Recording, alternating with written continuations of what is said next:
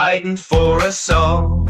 Liberty's the answer, now hear the call. Go right with Peter Boykin, we're gonna stand strong. Go right with Peter Boykin. Truth in the news, you know he's not joking. Get your facts straight, it's the Liberty Vibe on Go Right News. We're keeping it alive.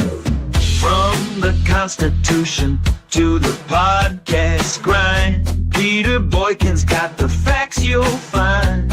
Righteously free, it's a truth rewind. Tune in and you'll see it's a freedom kind. Go right with Peter Boykin. Truth in the news, you know he's not joking.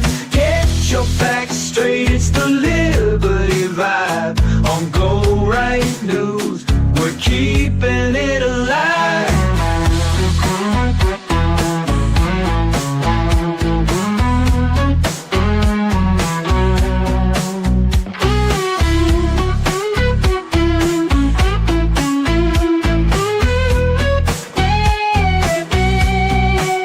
He's got the story, he's got the fight, bringing you the truth, day and night. For liberty's sake, we're taking flight. Go right with Peter Boykin, it's feeling right. Go right news. With Peter Boykin, we're making moves. Freedom and liberty, always on the rise. Tune into the truth and open your eyes.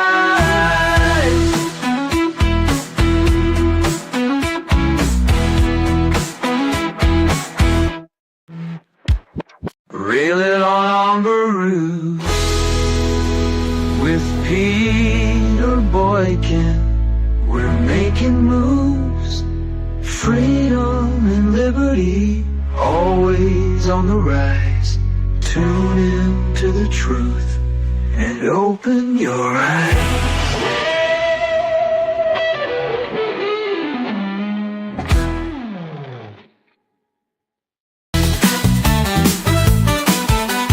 Do right, think right, go right, be right. Go right, let's make the world great, great again. Tune in to Go Right News, let freedom begin. Go right, let's make the world great again. Tune in to Go Right News, let freedom begin. Welcome to Hashtag Go Right with Peter Boykin, where we uphold the values of our constitutional republic. Did you know that the bald eagle is not our national bird? Despite adorning our great seal since 1782, no one officially made it so until now. Congress passed a bill to make the bald eagle the national bird of the United States. Congratulations, you majestic harbinger of freedom. Now, if we could just make English the official language of America, we'll do great. So let's dive into news that truly shapes our republic. We'll be right back with Hashtag Go Right with Peter Boykin. Remember, we fight for what's right because it's time to go right. Time to go right.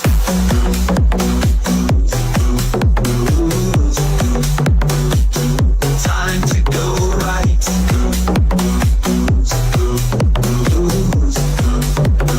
Time to go right. In a dramatic turn in our nation's capital, a last-minute spending bill was torpedoed by President-elect Donald Trump and Elon Musk, alongside conservative lawmakers. The bill, a massive 1,547-page document, was criticized for its lack of transparency and for including provisions that many see as contrary to conservative principles. And a lot of pork, folks, a lot of pork. And to let you know, this news is ever changing. So by the time you hear this, the news has probably changed.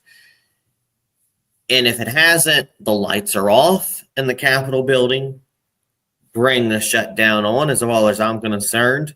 But if not, they'll find some way to kick the can down the road a little bit, at least until Donald Trump's in office, and then the Democrats will blame Donald Trump. Now, Trump's stance on Truth Social was clear. Quote, Republicans must get smart and tough. If Democrats threaten to shut down the government unless we give them everything they want, then call their bluff. Musk echoed the sentiment on X, Twitter, advocating that for no bills to pass until Trump's inauguration, which some people are like, oh my God, Musk, shut up. Nobody elected you. We don't want a shadow president. Yeah, well, Musk is running DOGE, the Department of Government Expenditures or evaluations or whatever it is to cut the budget in a good way. That bill included excessive spending. Vivek Vamswari highlighted $380 billion in new spending, self-serving provisions, pay raises, and new health benefits for Congress members alongside protection from federal subpoenas. We'll talk about it a little bit later. Censorship concerns, continued funding for the Global Engagement Center, accused of funding censorship against conservative media. Unrelated expenditures, funding for a new football stadium in Washington, D.C., public health overreach, expansion of the Pandemic and All Hazards Preparedness Act, potentially allowing for mandates and research that could compromise individual liberties. Elon Musk celebrated the bill's demise, stating, your elected representatives have heard you, and now the terrible bill is dead. The voice of the people has triumphed. Vox populi, vox Dei. With the government funding, I'm sure I pronounced that wrong, but with the government funding deadline looming, a clean continuing resolution is being considered to push contentious issues to the next administration. Now, here's an opinion. The situation underscores a broader crisis in our constitutional republic where legislative transparency and conservative values are at stake. Speaker Johnson's strategy, whether from naivety or negotiation, has been questioned. But he come through and he said, maybe we should skip that, because he knows when Donald Trump takes office, Donald Trump can say, you can get them out, and they'll do something about it. Meanwhile, Republicans announced a last-minute funding deal to stave off shutdown, but unclear if it's passed. It can pass, and I don't think it did. In a scramble to avoid government closure, House Republicans proposed a new funding plan after Trump disapproved of the original. This new measure includes or excludes the controversial pay raises for Congress and pharmaceutical reforms. However, its passage remains uncertain, with conservative factions expressing reluctance. Pay raises for Congress, the monster CR bill has the political right up in arms. The proposed continuing resolution included provisions for congressional pay raises, igniting fury or heat, whatever, among conservatives who argue this is an inappropriate use of taxpayer money, especially without addressing critical spending reforms. But I got to give you this FYI, folks. For those complaining about Congress trying to get a pay raise, it's been since 2009 since their last raise. Would you like to work about 24/7 without a pay raise for that many years, especially with the cost of living going through the roof, even if it's partially their problem? Plus, it's becoming increasingly dangerous to be a legislature, and they're not paying for these people's security. Remember, Congress members don't get government-funded travel or housing while in D.C. A lot of that probably has to do with their campaign funding, but in the end, they're having to get funds from people, and they're not getting it from us. They're getting from big business and big whatever it is to fund all this, because there's so much money in politics. The last time members of Congress received a pay raise was in 2009. It is now 2014. 5 years.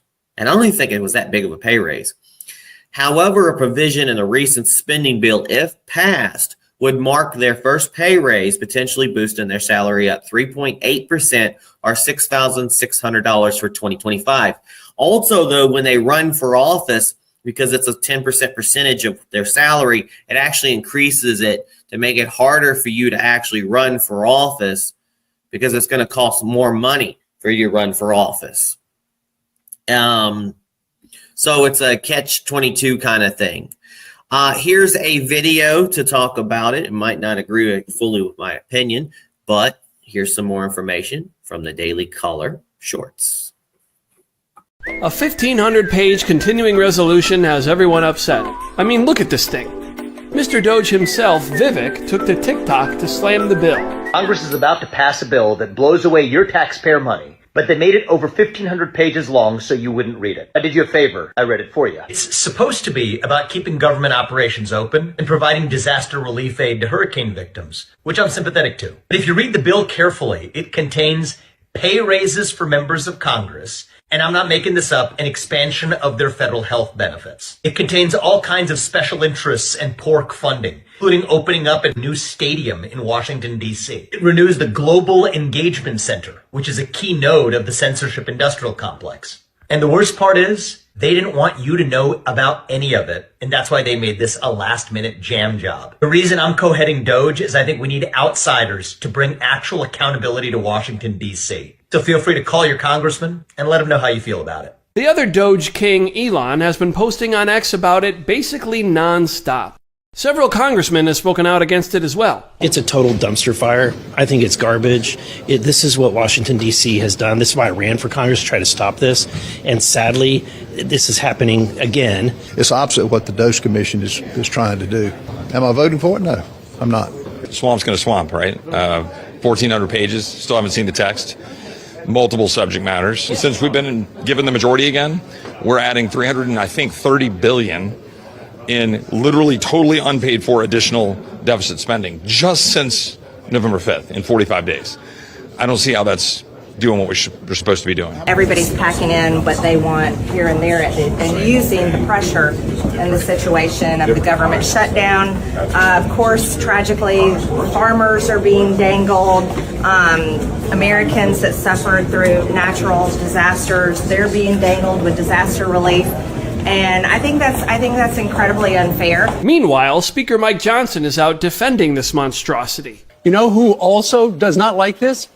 Elon Musk, the world's richest man, just tweeted, this bill should not pass. The only way you're going to be able to pass it now, Mr. Speaker, is with Democrats. What's your message to Elon Musk? Well, I was communicating with Elon last night. Elon and Vivek and I are on a text chain together. And I was explaining to them the background of this. And Vivek and I talked last night about almost midnight. And he said, look, I get it. He said, we understand you're in an impossible position. Everybody knows that. Remember, guys, we still have just a razor-thin margin of Republicans. So any bill has to have Democrat votes. They understand the situation. They said, it's not directed to you, Mr. Speaker, but we don't like the spending. I said, guess what, fellas? I don't either. We got to get this done because here's the key. By doing this, we are clearing the decks and we are setting up for Trump to come in roaring back with the America First agenda. But hey, at least our favorite members of Congress will get a pay raise out of it. Members are giving themselves a pay raise. Do you guys deserve a pay raise? Well, that's news to me. It's good news. You know, what has it been, 10 years or 14 years and no COLA, no change at all? I think it's about time something's done. You support giving yourselves a pay raise? How would I not know about a pay raise? But I mean, people look at the performance of Congress and say, why should we give them more money? What about the media? Think about that for a second. And we're not paid by public money. I know you're not, but I mean, half of your listeners are not there anymore. You're still getting the same paycheck? What's going on?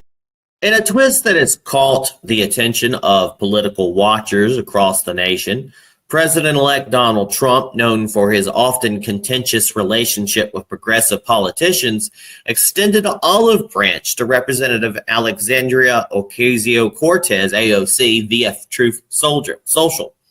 Following AOC's unsuccessful bid for the top Democrat role on the House Oversight Committee, Trump posted, quote, really too bad that AOC lost the battle for the leadership seat in the Democrat Party. She should keep trying. Someday she will be successful. This statement from Donald Trump who has previously engaged in verbal spats with AOC, was unexpected, given their historical opposition on numerous policy fronts. AOC, quick to leverage the moment for her narrative, responded on X with a mix of humor and pointed commentary, saying, "Damn, you know it's bad when even Trump is feeling bad for me." This response not only showcased her ability to engage with her followers through self-depreciating humor, but self-deprecating humor, but also subtly acknowledged the political irony of receiving sympathy from one of her biggest critics. And here's the political dynamics at play. Nancy Pelosi's influence. Behind the scenes, former House Speaker Nancy Pelosi, slip and break your hip after getting woozy, played a significant role in the leadership vote. Her support was crucial for Representative Jerry Connolly, who ultimately secured the position with 131 votes against AOC's 84. Pelosi's influence within the Democrat Party remains formidable, and her actions could be seen as part of a broader strategy to maintain a more centrist or traditional leadership over progressive elements like AOC. Then again, I don't know. Sometimes I think AOC makes sense, but who am I to judge? Intra-party tension. This episode underscores the ongoing tension within the Democratic Party between its progressive wing and more established moderate members. Saying Nancy Pelosi is moderate, I don't even know. AOC's bid was seen by many as an attempt by progressives to gain a more influential positions within the party's hierarchy, potentially shifting its direction on key issues like climate change, healthcare, and social justice. Folks, climate change, I don't believe in the stupid word. There is environmental changes. There is things that we do to the planet that used to be environmentalism, used to be something that Republicans would take for. Healthcare is definitely something that we all need. And the way they put social justice, the way they say social justice, always ends up being wrong, but advocating for people who are poor and need help, that's putting America first. So it's not always all bad. It's the way you package the wording. Trump's strategy. Trump's comments can be interpreted in various ways. On the surface, it appears as a gesture of goodwill or perhaps an acknowledgement of AOC's resilience and potential. However, from a strategic standpoint, it serves multiple purposes, highlighting division. By publicly acknowledging AOC's loss, Trump might be aiming to draw attention to the internal divisions within the Democrat Party, portraying it as a disorganized or ineffective. As a Republican, I can say the same thing kind of goes for the Republican Party a lot of times as well. Appealing to moderates, Trump's tone could be an attempt to appeal to moderate voters or even some Democrats by showing he can be magnanimous, perhaps softening his image as a polarizing figure, even though they've made Donald Trump this polarizing figure, even though I think Donald Trump has always appealed to the moderates. That's why he won and took over the blue wall for the red wall. All the swing states went Trump. Why? Because he appeals to moderates. Constitutionalists for liberty, like myself. Setting the stage, this could be a tactical move to set the stage for future political battles where he might use such moments to critique Democrat leadership or policy directions. Well, you should have went with AOC. I thought AOC would have done a great job. She could have made a little bit of a change, more of a progressive change. I'm doing a horrible Donald Trump. All right, so opinion. Trump's comments, while similarly supportive, might also be seen as a strategic move to highlight division or perceived weakness within the Democratic ranks.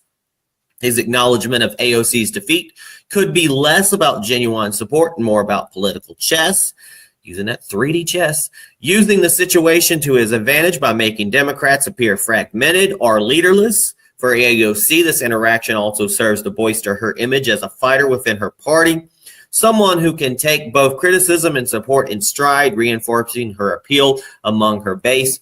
This kind of reminds me a long time ago where I did confront AOC. I don't know who was writing her account, but she responded back to me. I responded back to her, but then somebody wrote an article about, AOC delivers a smackdown to Peter Boykin, even though, Wasn't really an argument. This scenario reflects the nuanced dance of American politics, where every gesture, comment, or social media post can be layered with multiple meanings, each serving the chess game of political positioning in our constitutional republic. Watch as MSNBC is lashing out against Nancy Pelosi for tanking AOC's attempt to rise in power. Watch this video. Jerry Connolly won that vote today. And he did so thanks in part to former Speaker Nancy Pelosi whipping votes for him. Now, again, to her credit, enormous credit, Pelosi did choose to step aside and relinquish her job as House Minority Leader to a new generation of leadership. She also played an enormous role in the successful effort to push Joe Biden to step aside this summer, which was very hard to do and I think the right thing to do.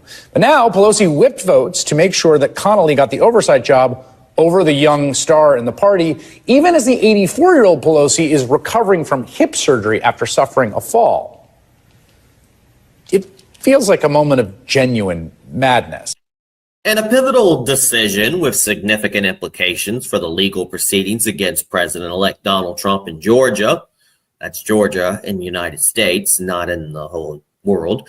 An appellate court has disqualified Fulton County District Attorney Fani Willis from continuing her role in prosecuting Donald Trump and his co-defenders for alleged election interference. This disqualification stems from Willis's relationship with Nathan Wade, a special prosecutor she appointed, which the court found created an appearance of impropriety during the critical stages of deciding whom to prosecute and what charges to bring. The court's ruling, disqualification, the Georgia Court of Appeals in a 2-1 decision ruled that Judge Scott McAfee of the Fulton County Superior Court erred by not disqualifying Willis and her office initially, given the conflict of interest presented by her relationship with Wade. This decision not only removes Willis, but also her entire office from the case, arguing that no remedy short of disqualification could restore public faith in the judicial process. This is the case's status. Despite the significant blow to the prosecution, the underlying charges against Donald Trump and his co-defendants remain intact. They're still zombieing around. The indictment has not been dismissed, keeping the case alive, but in a state of uncertainty. And what are the next steps? The task of finding a replacement prosecutor now falls on Pete Skandalowski. Skandalowski. I don't forget it. The executive director of the Prosecuting Attorneys Council of the state of Georgia. Under Georgia law, when a district attorney is disqualified, that scandalous, whatever, has several options. Appoint a current member of the Prosecuting Attorneys Council, select a competent attorney outside the council, or request to appoint another district attorney, solicitor general, or a retired prosecuting attorney. That same S word has previously navigated similar waters when Willis was disqualified from another investigation due to a conflict of interest. Wow, there's a pattern. His comments to NBC News earlier highlighted the challenge of finding a neutral party in a case of entangled with politics, acknowledging that while politics would play a role, the aim would be to find someone who could base decisions purely on available evidence. Good luck with that. The zombie prosecution continued legal limbo with Willis out. The case now resembles a zombie prosecution. Must prosecute Trump. Must prosecute Trump. Still technically alive, but without the original prosecutor to give it direction. This situation poses it never had a brain to begin with. This situation poses a unique challenge, as whoever takes over will need to review the existing evidence and decide whether to proceed with the current charges or potentially dismiss them.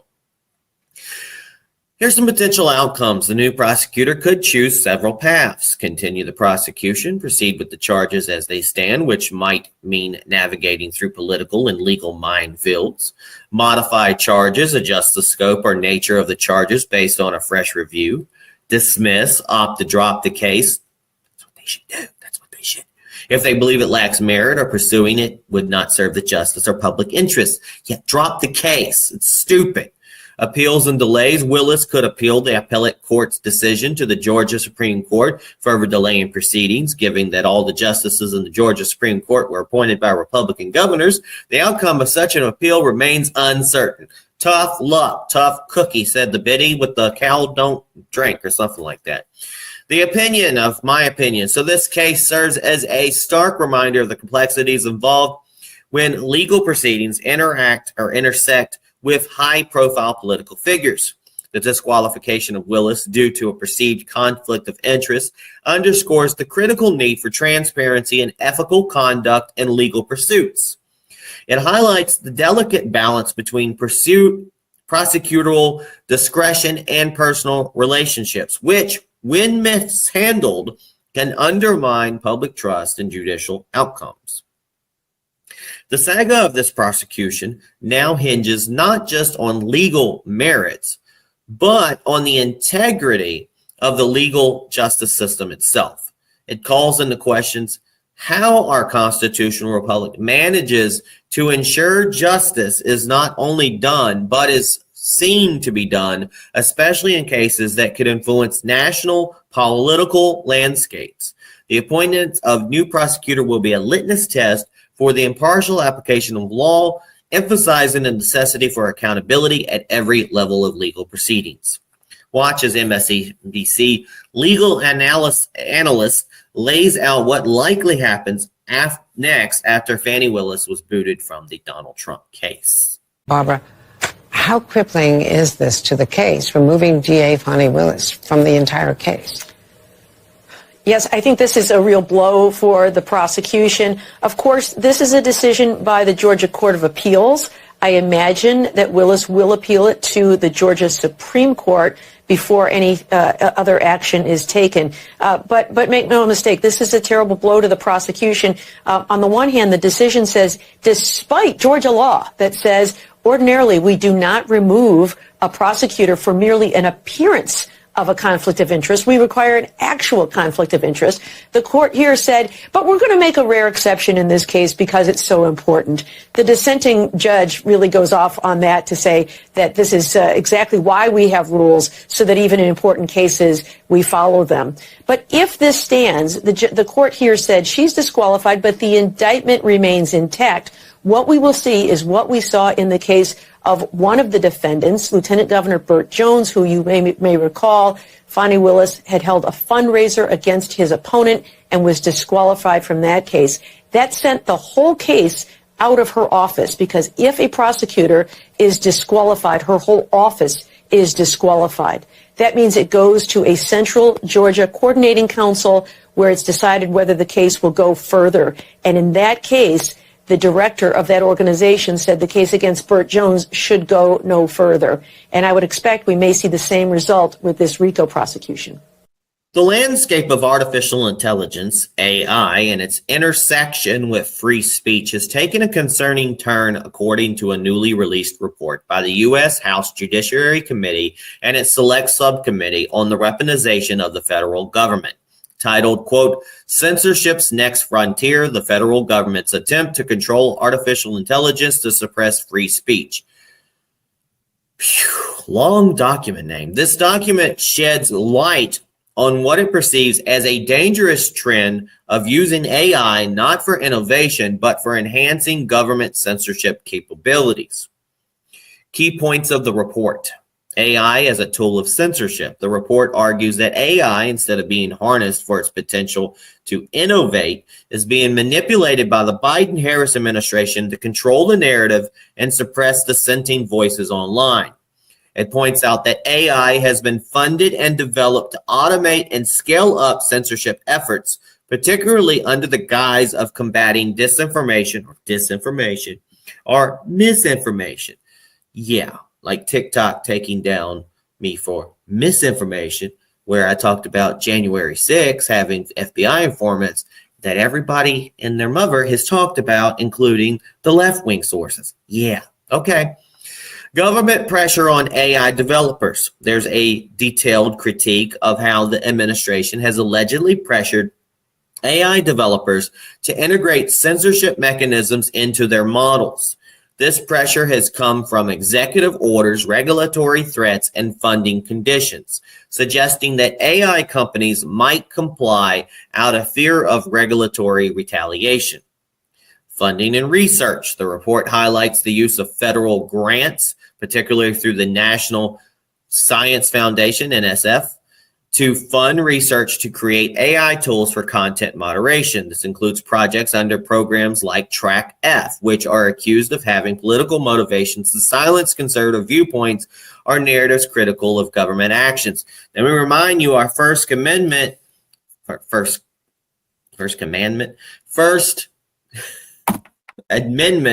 the Constitution states we have the freedom of speech. And that usually means freedom of speech from the government being involved in squashing our free speech. So if the government is sponsoring AI to take away our speech, then it's a direct violation of our U.S. Constitution. Legislative recommendations. To counteract these trends, the committee proposes several legislative measures. Non-interference and algorithmic decisions. The government should not involve itself in decisions about what constitutes misinformation or bias within private algorithms or data sets. Ban on funding censorship research, prohibiting federal funding for research that leads to censorship or collaboration with foreign entities on AI regulation that might result in speech suppression. Avoiding overregulation. Legislation should prevent the government from using AI regulations as a tool to exert coercive leverage over companies. Vision for AI development. The report envisions an AI environment that is open, decentralized, and pro-freedom, where technology serves to expand knowledge and expression rather than to curtail it. Now, here's an opinion. The weaponization of AI for censorship is a profound threat to the constitutional rights enshrined in our republic, particularly the First Amendment's protection of free speech. This development is alarming because it represents a shift from AI being a harbinger of progress to a tool of control. Threat to free speech. By automating content moderation, there's a risk of silencing legitimate discourse under the pretext of managing misinformation. This not only chills free speech, but also stifles the marketplace of ideas, which is vital for a healthy democracy or republic, whatever you want to call it. The need for oversight. The situation underscores the urgent need for vigilant oversight. The government's role should be ensuring that AI development adheres to principles of transparency, accountability, and respect for individual liberties, rather than become an enforcer of a particular political narrative. Innovation versus control. AI has the potential to revolutionize numerous sectors with benefits like enhanced healthcare, better education, and more proficient public services. However, if its development is steered towards censorship, we risk losing these opportunities for national and global advancement. So there's a call for legislative action. The recommendations for new legislation are a step in the right direction, but they need to be robustly supported by both sides on the political spectrum to ensure they're not just partisan tools, but genuine protections for free speech in the digital age. The conversation around AI must pivot from control back to innovation, ensuring that this powerful technology serves the public interest and upholds the democratic or republic values of our constitutional republic. Without such a shift, we risk eroding the very freedoms that AI could, in a free environment, help to protect and expand. And here's 3 quick videos. I'm going to give you the headlines of it. It's the shocking truth about AI censorship revealed, what they didn't want you to know. That's by Elon Musk. Then we have the UN wants to use AI to censor people. And then how does AI censorship work? Watch all of these videos. Thanks for tuning in. And then AI, which is, called it's called the singularity for a reason. Yeah, it just seems like a lot of times people that are in tech are pushing these things forward without any guardrails or consideration, for what could go wrong, despite all the cautionary tales. How do you regulate AI, for example? so at least it's known what they're suppressing, and they can't secretly suppress things. Right. That would be a law that requires open source, that if you're going to censor, you better do it transparently. Yeah, the thing is that it really doesn't take much to sort of censor something. So there's a lot of censorship that goes on at Google that people don't realize, because all that needs to happen is just move that link to page 5. Right. You know, I mean, the thing about the whole joke about Google is like, what's the best place to hide a dead body? The UN plans to roll out an AI-powered tool that's going to help nations stamp down so-called misinformation, disinformation, and hate speech. Well, we're screwed. Kathy Hochul can deny and defy biology. A professor of biology can get fired for teaching that sex is determined by chromosomes, but the UN and jackasses like Breitbart's going to go out there and investigate your text messages or your tweets and your information pollution and make sure that they, your overseers, the ones with the boot on your neck, are going to make sure that you, yes, a computer, an AI, a machine, an Arnold Schwarzenegger, is going to determine if you're telling the truth. That's what we're coming to, guys. In late 2016, I became obsessive with the technological side of censorship because Google perspective, there's something called Jigsaw, which was set up essentially by this. It's basically the CIA wing of Google, and in late 2016 they rolled out this AI retail censorship product that worked just like chess computers, and you could go onto it and you could plug in sentences and it would spit out a toxicity score, and you could set confidence intervals for how in their own papers they would describe how useful this tool would be to be able to set confidence levels to automatically pre-censor anything with a confidence level above a 0.85. There's a 0 to 1 scale. Christmas never ends, the fire, it's been burning bright since the angel choir. Christmas never ends, the fire, a season of joy with hearts inspired. Silent night, jingle bells, carolers with ICLs. Home alone, Grinch scheme, peppermint and snowy dreams. Nutcracker, gingerbread, wreaths and ribbons, velvet red, elf on shelf, Kris Kringle lore, cookies left by every door. Christmas never ends, the fire's been burning bright since the angel choir.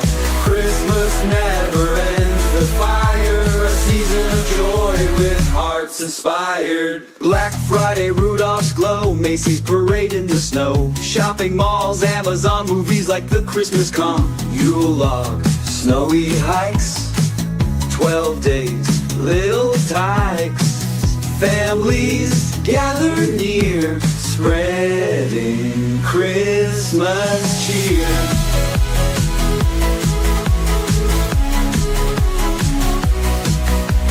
Icicles, ugly sweaters, cards with cheerful little letters, pine tree bows and string, carolers begin to sing. Starry skies, manger scenes, silver bells and evergreen, gifts exchanged, wishes made, memories that never fade. Christmas never ends, the fire, it's been burning bright since the angel choir. Christmas never ends, the fire, a season of joy with hearts inspired. He's got the story, he's got the fight, bringing you the truth, day and night, for liberty's sake, we're taking flight, go right with Peter Boykin, it's feeling right, go right, go right, go right news, with Peter Boykin, we're making moves, freedom and liberty, always on the rise, tune into the truth and open your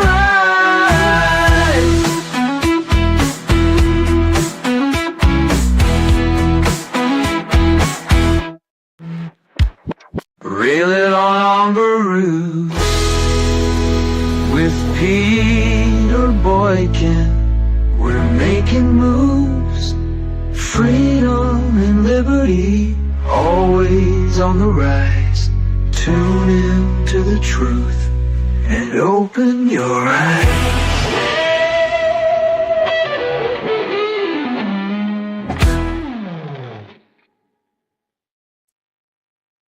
Welcome back to hashtag Go Right with Peter Boykin. This is our viral video roundup and our hashtag Go Right recap. So just one video today. New York City Mayor Eric Adams disclosed in a video that federal assistance for handling illegal immigration ceased after he publicly criticized the Biden administration's policies.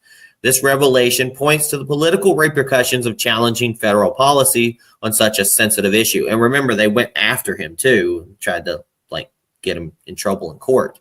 Watch as New York City Mayor Eric Adams reveals Biden stopped helping with illegals when he spoke up. Watch this video. We'll be right back with the recap. What was the reaction that you got at the White House when you asked for help? When we saw the numbers coming in, we were getting at one time almost 8,000 a week, 16,000 every 2 weeks. I mean, we could just do the math, unsustainable. And at that time, the right to shelter, we were being sued by advocates that required us to give everyone a bed by a certain number of times. We were getting buses 2, 3 a.m. in the morning. And we reached out to the White House, 10 trips to Washington, D.C., asking them for help in securing the border and stopping this flow. I went down to El Paso and also went down to the Darien Gap, and I saw the flow and the threat that we were receiving. We didn't get the support.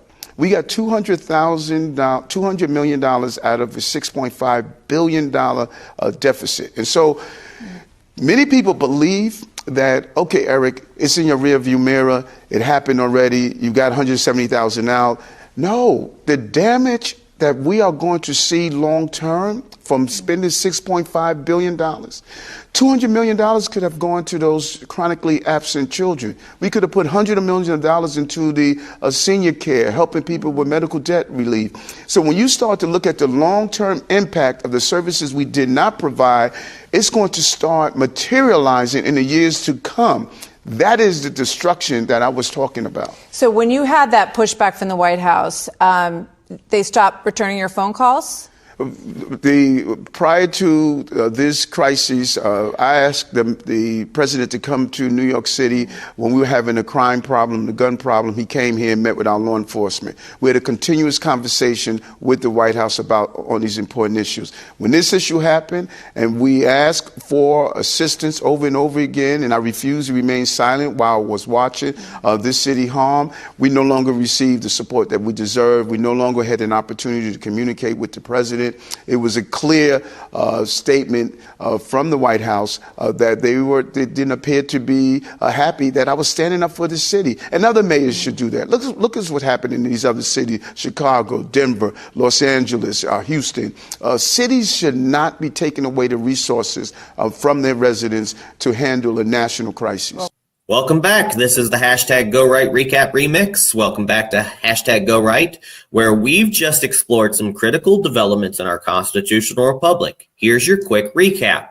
Trump and Musk blow up Speaker Johnson's spending bill for good reason. A massive spending bill collapsed under scrutiny with from Donald Trump and Musk and conservative lawmakers, highlighting issues like excessive spending, self-serving provisions, and potential censorship. Republicans also announced a last-minute funding deal to stave off a shutdown, but unclear if it can pass. I don't think it did. After rejecting the initial bill, a new funding plan was proposed, but its success is uncertain. They'll get back to the drawing board, and hopefully they'll spend Christmas trying to keep our government going, but who knows? Meanwhile, they're complaining about pay raises for Congress. This monster CR bill has the political right up in arms. This contentious issue for congressional pay raises amidst a spending bill has ignited debate. Meanwhile, AOC responds after surprisingly kind comments from Donald Trump. She says, it's bad when even Donald Trump is feeling bad for me. Trump's unexpected sympathy for AOC's leadership loss reveals complex political dynamics within the Democrat Party. Meanwhile, Fani Willis is dismissed, but her case staggers on. Can her zombie prosecution of Trump survive? The disqualification of Willis over a conflict of interest leaves Trump's Georgia case in limbo with a new prosecutor to be appointed.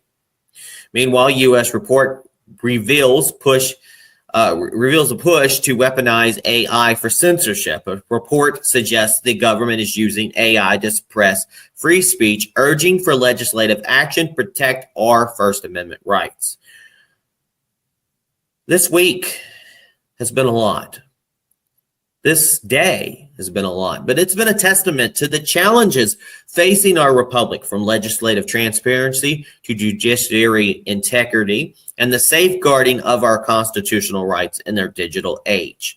For more in-depth analysis, you can keep up with these stories and more. Visit GoRightNews.com. You can also catch us on Rumble, Spreaker, Spotify, Apple, Amazon, YouTube, X, Twitter. Support our mission to maintain freedom in our republic by donating to Cash App at $ Peter Boykin, the number 1. All links are available at peterboykin.com and GoRightNews.com. So remember, folks, let's stay vigilant and informed and keep our constitutional republic strong. Remember to go right. God bless everybody. Peace. Remember, we fight for what's right because it's time to go right. Time to go right.